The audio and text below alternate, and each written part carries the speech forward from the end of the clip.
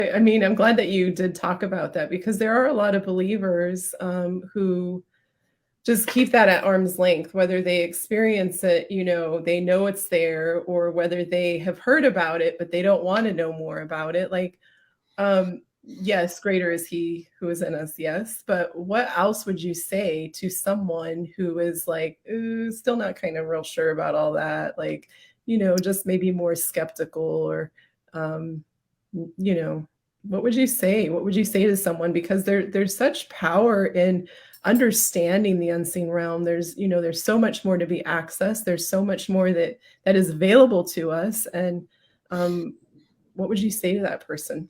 Yeah, it depends on whether how frustrated I am at the time. So what I'd say to them, this is what I know. Twice in the New Testament, Jesus was ministered to by angels.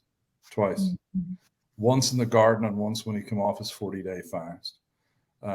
I'm pretty sure most of us don't even know how that happens. Like, what does Yeah. it look like to be ministered to by angels? Mm. Like, do they give you a spiritual back rub or anything? Like, what does it look like for angels? And we get into this hyper religiosity, which is like, well, God doesn't need angels. God can just do it himself. The problem is that's not how he has chosen to govern. He has chosen to govern through ourselves and through these heavenly beings. And why? Well, we don't really know, except that he seems to enjoy it. So we're missing out way too much. And what we've done is we've actually relegated the unseen realm. Listen, I know it's provocative to call it the mystical realm. I completely understand that. And it's very deliberate, because what we've done is we've relegated the mystical realm to the camp of Hinduism, Buddhism, the new thought, new age sort of stuff. And we've said, hey, you know what? You take it. You take all that stuff. In the meantime, the FBI are actually co-opting some of these esoteric groups, some of these groups that believe in different gods and different religions, to try and find missing children, to try and do all this. Both the FBI, CIA, MI6, MI5, these agencies are using people because they're very skilled in the spirit realm. And meanwhile, Christians are going, oh, that's very scary. Mhm. Like, that's very scary. And even though that at some point we believe when Jesus returns, we're actually going to be caught up with him.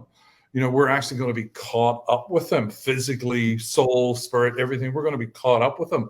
I personally, I'm not going to get into my beliefs on that, but how does that happen? How does it happen when the Apostle John is on the Isle of Patmos, with, having been tortured and burned in oil and all that, and he hears the voice of the Lord saying, "Come up here." Well, what did he do? Like, how did he know how to get there? Because, like, was he jumping? Like, what? Like, it's ridiculous.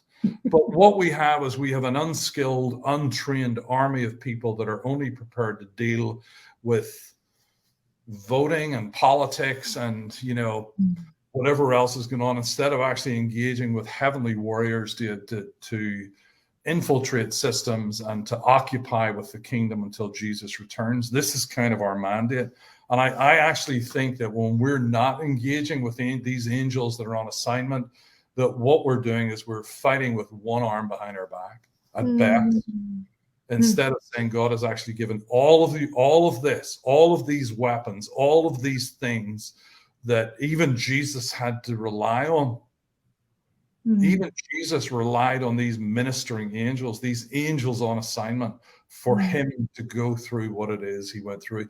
And you take two of the most significant, arguably the most significant moments in Jesus's life was when he came off his fast and his ministry started, right? This is the year of the Lord's favor. The Spirit of the sovereign Lord is upon me, for he has anointed me to bring good news. This is Jesus's inauguration address, right? When he's about to do it. And that is immediately preceded by being ministered to by angels.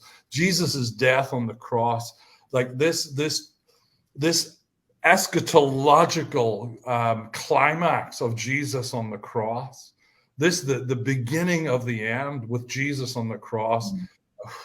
And it's immediately preceded by being ministered to by angels.